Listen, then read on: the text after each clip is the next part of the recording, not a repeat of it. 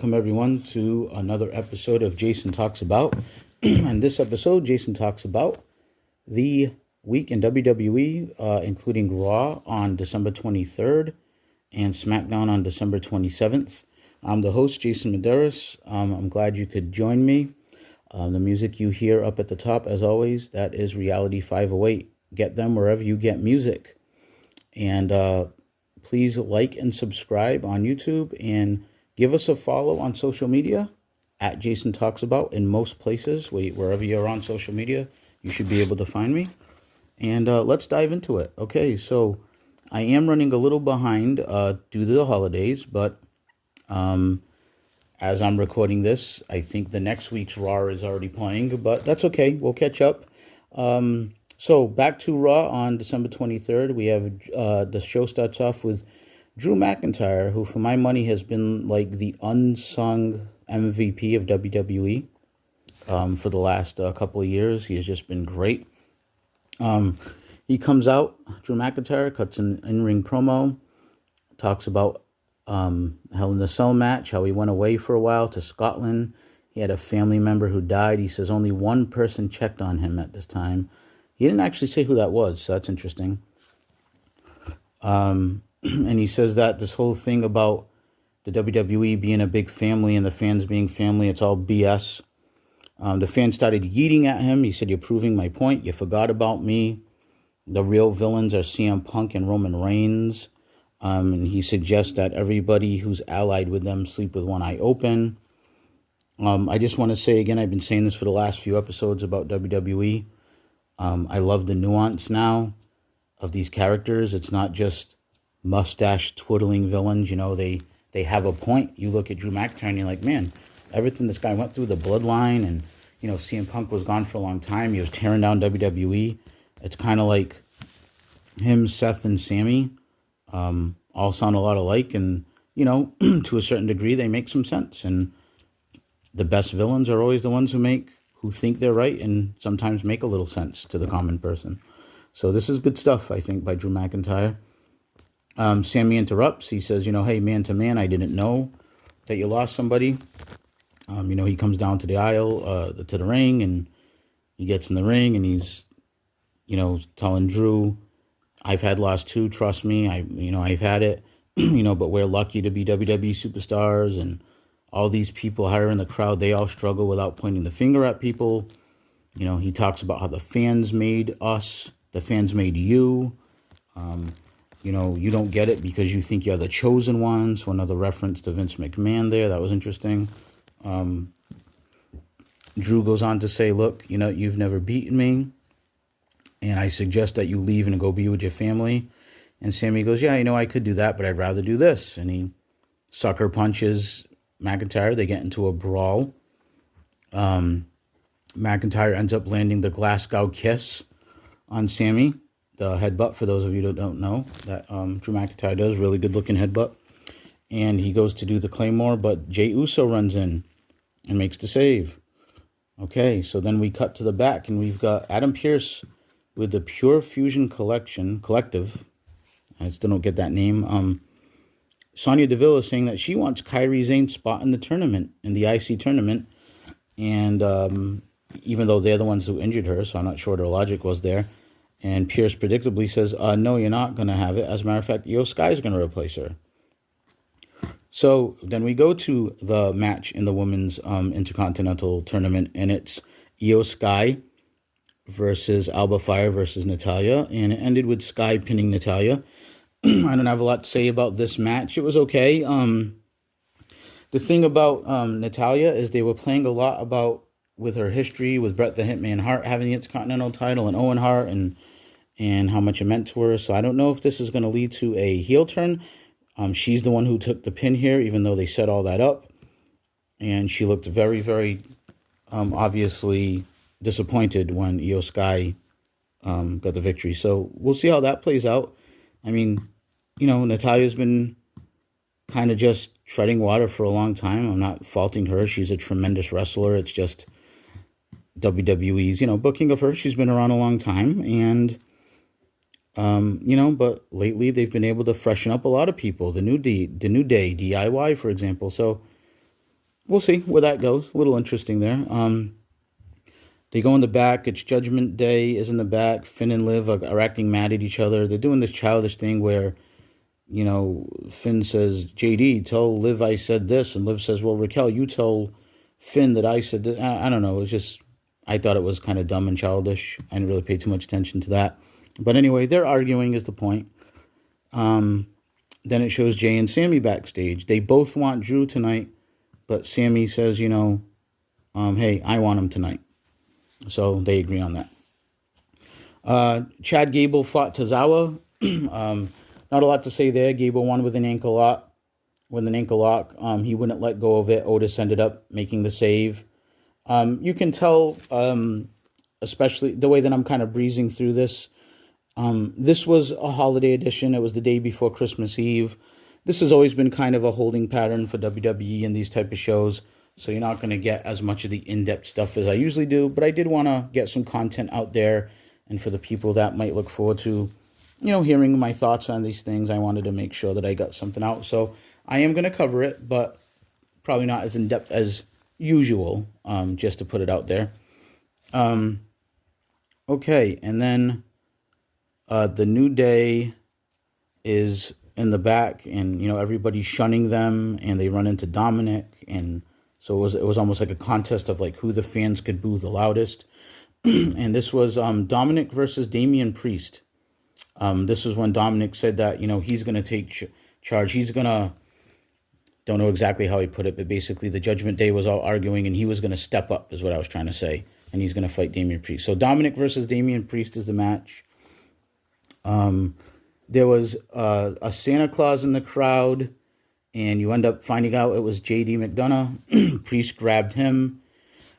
Basically, the announcers were telling the story that Priest knows the playbook of the Judgment Day because he was part of it. So he grabs JD, beals him onto the floor.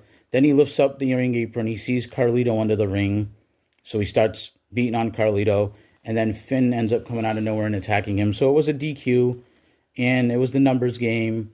And then the War Raiders came to the rescue. And all of the baby faces gave their finishers to the Judgment Day. Okay, so then Jackie Redmond sat down with Seth Rollins. She asked him, I'm paraphrasing a lot of this because it was a little lengthy. The root issue of his issues with CM Punk.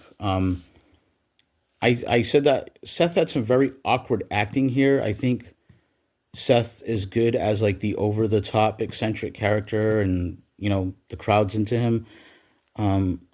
It just seemed awkward with him trying to act like real serious here. I don't know why his acting just seemed off to me. He talks about just basically CM Punk's hypocrisy and that this is going to be the biggest fight in our sport. And he might be right at this point about that being the biggest fight at this moment in our sport. He talks about just seeing Punk and Roman at Survivor Series. He said Punk, Roman holding up the finger and Punk doing his stupid go to sleep. I thought that was kind of funny. Just made him sick, and and it's so he said this is gonna be raw. It's gonna be an emotional fight. So I'm looking forward to it. This is old school booking. It's two guys with a personal issue. It's rooted in some type of real life stuff, even though it's two baby faces. It's good. Okay, so then they went to the Miz versus Dexter Lumis. I've said many times I don't care about the Final Testament versus the Wyatt Six. I just think it's not good. The Final Testament ended up attacking Lumis. It was a DQ. The Wyatt Six made the save. Notable, though, there was no Uncle Howdy. The last time we seen him, he lost to Karrion Kross. So I don't know if he's hurt. I don't know what the deal is with him, but he wasn't there. I noted that. And then they cut to the War Raiders and Damian Priest in the back, just kind of saying how they're united. And they got respect for each other, and Priest thanked them for having their back, even though they haven't always seen eye to eye. And, so, okay, they're doing something with the War Raiders. That's good. Then there was one of those graphics we've been seeing, the Zero, that most people are assuming is Penta. Penta El Zero Mero, the former Pentagon Jr., for those of you who might not know from last seen in AEW. I think it's very apparent it's going to be him now because they actually showed a pentagram if you watch the flashes going across the screen along with the 0. I am predicting major star Penta coming into WWE. Maybe one day someone's going to throw this recording in my face and laugh at me. But at least in the early goings, I am predicting major star for Penta. I think the fans of WWE are going to take to him with his costume and his face paint and his mask. And they're going to sell major merch. And I think he's going to be a monster babyface. Just my prediction. I have been known to be wrong a time or two. Okay, so next thing we see is the New Day interrupting the announcers. So Michael Cole, Joe Tesserone and Wade Barrett are talking about the things that have been going on with the New Day. So the New Day come out and they're like yelling at the announcers, telling them off. It's kind of funny. Wade Barrett was like selling out Joe, pointing at him, saying, "No, it was him." The New Day are talking about, hey, we could have beat up E and we didn't. And Kofi talks about how he's got his mom here from Ghana. At this point, he has the microphone. He's saying his mom flew all the way from Ghana on this, I think he said 8-hour or 12-hour flight. And all the fans are still booing Kofi. They don't care that his mom's there. This is kind of funny how bloodthirsty the fans are for the New Day right now. Kofi, even though Kofi trying to be sympathetic with his mother wasn't good enough to get the fans to stop booing and shitting on the New Day. So that goes to show you how over Big E is going to be when he gets back. He goes to give his mom a hug. She actually doesn't hug him, tells him off and leaves, and I guess is jumping back on the 12-hour flight back to Ghana. Notable that this was from Boston and Kofi's from Boston, so they were selling that whole thing. Big time Kofi sucks chance. I mean, it's not an exaggeration to say nuclear heat. This guy couldn't generate any sympathy with his mother in the front row, flying all the way from Ghana, and then his own mother turned her back on him, and the crowd still was cheering Kofi sucks. So Kofi and Woods, wow, I know I sound like a broken record, but I really have to tip my hat to WWE and the New Day here. There could not be any two guys more dead in the water, in my opinion. I could not care less, and this has been great. This is one of the best heel turns. They haven't even done anything yet. They haven't thrown a punch at someone. They haven't attacked anybody. And they haven't even wrestled yet. And it's great. Okay, so then we go to Drew versus Sammy. And this is the thing. Again, I'm going to criticize WWE here. This weird thing that they keep doing, even in the Triple H era, continuing on from the McMahon era, where Drew McIntyre has his entrance. And they say, okay, all right, let's get ready for the match. And then they go back to the backstage area. So Drew does his entrance, and now we are backstage, and we're doing a segment with the New Day and Rey Mysterio. And Rey says, hey, I could have handled things differently last week. I'm sorry. And the New Day basically tell him we didn't do anything wrong. And then they go back and forth, and then Rey just kind of ends it with a new kind of goading the fans to do the New Day sucks thing. So we go through that whole segment, and then we come back to the arena, and then Sammy has his entrance. So the people at home, in the live audience, we're sitting there for, I don't know, probably like 3, 4, 5 minutes. And I guess Drew McIntyre just paced back and forth in the ring. It's a weird thing that I was hoping that they would not do in the Triple H era, but I guess it doesn't really affect me because I'm watching at home. But if I was there live, it'd probably be kind of like, what are we doing here? So anyway, Sammy has his entrance. They get into the match. The story of this match was just Sammy selling his back. I'm not going to get into a big play-by-play. They did... I forgot to note earlier that they were planting that seed. When Sammy came down, Drew said something about, careful, Sammy. I've heard whispers, you're not 100%, something to that effect. Jay even said when he wanted Drew tonight, hey, you're not 100%, Oos. And Sammy said, I got this. And, so they were teasing that. So Sammy was going into the match with a quote-unquote bad back already, and he did a good job of selling the back. They did a good job of telling that story. Drew worked on the back throughout the match. It eventually led to the Claymore. Drew won the match. The announcers did a good job of pointing out that Drew is 10-0 against Sammy in WWE, 3-0 in this year alone. So Drew started beating down Sammy after the match, and then Jay saved Sammy from Drew, but then the new bloodline came down out of the crowd, and they attacked Jay, and Drew kind of looks... and then just kind of leaves Jay to the wolves. And the announcers called it maybe some kind of a uneasy alliance. I think it's more of just Drew McIntyre saying, well, if they're going to wipe him out, I don't give a damn, and I'll come for you later. And he pretty much said that much on SmackDown last week. More OTC chants. I guess the fans really like that medicine. I'm kidding. The Samoan spike to Jay. Sammy gets in the ring trying to help. He's still doing a great job of selling. And he gets beat down. And we get the big moonsault from Jacob Fatu, who for some reason is still being called a werewolf. And another Samoan spike. And we go off the air with the new bloodline looking strong, which is good. Going into the Netflix Raw with Solo fighting Roman. So that's what you would want. All right, so that was Raw. And let's get into SmackDown. SmackDown from December 27th. Before we get into that, though, I would ask again, if you're listening, please consider giving a subscribe to the channel. I really appreciate it. It's a young YouTube channel. We're growing, and I appreciate every follow, every like, share, comment. It means a lot. So if you like what you hear, or even if you don't and you want to tell me off, do it respectfully and do it in the comments. And give me a subscribe anyway. Maybe you can listen just to say I'm gonna debate this guy every week. All right, so they opened the show with a Cody Rhodes KO recap. Aldis, they did a good job of Nick Aldis, they did it a la Jack Tunney. You can probably Google that, young people, where they opened the show with this presidential looking figure looking directly into the camera saying he wants to make it clear that KO is not the champion and he has the Winged Eagle title and he has until the end of the night to give it back and do the right thing, or there will be consequences.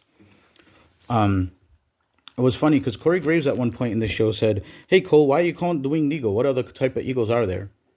And he has a good point, but it's always and forever will be known as the Winged Eagle belt. I'm not So, he does have a point. We should probably just be calling it the Eagle title, but whatever the case. Kathy Kelly is in the back with Bianca and Naomi, and they're still mentioning, man, we really want to find out what happened to Jade. Yeah, I bet you do, Naomi, don't you, huh? That's my prediction now. I'm more convinced than ever that it was Naomi. And that's another character that's kind of stale that could probably use a makeover, and maybe her turning into a sadistic heel who took out Jade Cargill would be just what the doctor ordered. Who knows? But then they went into the match, which was Bianca, Naomi, Bayley, and Tiffy. Bianca, Naomi, and Bayley versus Tiffany Stratton, Nia Jax, and Candice LeRae. Nia grabbed the mic on her entrance with her two friends and talked about the Jade thing and said, I already told you guys it's not me, because Bianca had named her as still a possibility. She's like, I would have taken credit for it. Whatever. So, I'm not going to cover this match blow for blow. It was what it is. Like I said, this was kind of a placeholder episode of SmackDown. It's the middle of the holidays. We've seen this combination of people fight plenty of times already. They just furthered the storyline with Candice LeRae and Tiffany arguing, which led to Naomi pinning Candice and Nia Jax looking upset, and will probably squash both of them. I don't know. And they continue to just tease the fact that Nia Jax, I guess very stupidly, continues to antagonize her quote-unquote friend who is holding the Money in the Bank briefcase and could cash in on her at any time. Okay, so then Sami Zayn shows up and he says he wants to talk to Aldis. And I probably looking for revenge on the Bloodline because he's supposed to be on Raw. Carmelo Hayes interrupts. They get into it. Sami Zayn says, why don't I fight this guy tonight? Aldis makes the match. So you were probably at this point, I'm thinking what probably a lot of you were thinking, oh, this is Sami's get back for losing to Drew. He's going to beat Carmelo Hayes because, pretty much everybody does. Okay, so then it was Braun Strowman versus Austin Theory. Braun won easily with a power slam, few minutes. Man, I really hope they course correct with Austin Theory. I had really high hopes for him. Then there was a commercial for, it is official, folks, SmackDown is going to 3 hours. Yikes. I was just starting to love the flow of both shows being 2 hours and SmackDown's going to 3, but I guess, that sweet, sweet USA Network money, WWE's not going to turn it down. I don't know. I mean, they're on an all-time high, in my opinion, of storytelling. So hopefully they can keep the show interesting. But that is a challenge. It has been a challenge for me to watch and stay interested in 3 hour Raws for years. So they've got their work cut out for them. And this is when I kind of say that maybe the draft isn't a good idea. I know it creates more titles and more opportunities for people, but I think you really feel it when it's a 3 hour, an almost pay-per-view length show and you can't have all your stars. You really feel it. But oh well, let's see what they do. Okay, so then they go to a clip of Kevin Owens, who was on X in his car and talking about how he's the rightful champion and he does have the quote-unquote winged eagle championship over his shoulder, and he's saying, you know what, Aldis, I'll go out there, I'll talk to you in the ring if it's just me and you, no security, no nothing. So I'm thinking to myself, ooh, are they going to get physical? We all know Nick Aldis can wrestle. He's actually a really good wrestler. So let's see. Then they had the Chelsea Green U.S. Championship celebration. Some funny things here, how, she talks about how she's the longest reigning champion. Her and Piper Niven said that a few times. Obviously, she's the only one, but that's the joke. That's the joke. That's my McBain impersonation from The Simpsons, for those of you who were longing for that for some reason. Michin did interrupt these proceedings, so I guess they're continuing with the Michin Chelsea Green feud. My assumption here is it's just to maybe get Chelsea a couple more wins. I mean that with no disrespect to Michin, but I don't think they're gonna have Michin take the belt off Chelsea that quick. And so that's the only reason I can think of them continuing this, is to maybe steal another match or two for Chelsea Green. Piper ended up saving. I'm sorry. So when Michin interrupted, she came down with a kendo stick, took out Piper Niven, who tried to stop her, then went in the ring and went to beat Chelsea with the stick, and Piper Niven pulled her out. I did note that the crowd was very quiet at this point because, I'm not trying to crap on Michin here, but the crowd actually, I know Chelsea Green's playing an annoying heel Karen character, but the crowd actually likes her and appreciates the fact that she has the belt. So it kind of backfired a little bit. She's a little too good at her character because she's, the crowd's happy for her. And when Michin interrupted, it was kind of like we kind of like Chelsea now, So it was kind of that reaction. I don't think it was what they were looking for. All right, so then we go to the back. Nick Aldis is with the Profits, the Street Profits DIY. Pretty Deadly shows up. Says Aldis says they witnessed the whole thing. So it looks like they're about to rat out DIY, and they go to say Gargano, and as one of them says, because Aldis says, all right, who was it? And they go Gar, and Gargano and Ciampa look at him, and they say Garza. It was Los Garza, which is what they're calling Angel and Humberto now. Los Garza, because they can't say Angel Garza and the full name of Humberto anymore, so I guess they're just Los Garza. So the Profits say less, which is already an annoying catchphrase because they said it 2 or 3 times in this one episode, but they so they go find Los Garza. They stop brawling. Aldis breaks it up, makes the match, says, if you're going to do this, you're going to do it in the ring. So Playa. No, he didn't say Playa. I added that myself. Shout out to Teddy Long. So Profits versus Los Garza. Don't have a lot to say about this. The Profits won. They were actually notably a lot more aggressive, I would say, than usual, and that the announcers did a good job of putting that over. But the Profits won. And, they have to do a little more building with these teams to really get me invested. I've given them credit. They are doing it slowly with other people, so I'm hopeful. There's a lot on this show that has been good on both shows, but there's also some stuff that still needs work to really capture my attention, which is why I'm worried about the 3 hours, personally, for me. So we go to the back, and it's DIY. It runs into Pretty Deadly. It says, hey, we appreciate you having our backs. You scratch our back, we'll scratch yours. I guess they don't know that they're on a nationally televised program, spilling the beans that they lied. The Profits actually then run into Pretty Deadly after they are done with DIY and say, hey, respect for having our back. And And then the Guns run into the Profits, the Machine Guns, Shelley and Sabin, the former champs, and they say, hey, you get to the back of the line. We're getting our rematch because we haven't had one yet since we lost the belts. So they start to argue, and then Apollo Crews interrupts everybody, of all people, and says, hey, you're all getting played. It was DIY are actually the ones who jumped you. And this is when they said say less again, or whatever, the Profits, that is. I don't know why Apollo Crews waited till then to tell them. He's not really a good friend, I guess. And Corey Graves actually said that same thing. And again, it's like we have a problem when the heels make sense, and which the heel announcer was making sense. Okay, so that was probably more than we needed of all those people interacting. But again, you got to fill 2 hours, so good luck when you got to fill 3. We went to Sammy versus Carmelo. Carmelo Hayes. Halfway through the match, Carmelo did the heel thing of like, I'm quitting, I'm leaving. He's going down the rampway, the aisle, I should say. There was no ramp. Strowman ended up coming out and chasing him, and he ran to the back. And then the New Bloodline came out and attacked Sammy. At this point, Strowman, who had ran to the back to chase Mello, comes back carrying him in almost like a power slam position to go dump him back in the ring to face Sammy. Sees what's going on, dumps him. This was probably the best thing one of the best things in the show, this and the Cody stuff. So he dumps Mello, runs in, and makes the save. At this point, it was only Tonga and Solo in the ring. Fatu had been, I think, knocked out of the ring by Sammy. So after Braun cleared out the other two, Jacob Fatu got in the ring, and that got a massive pop from the crowd.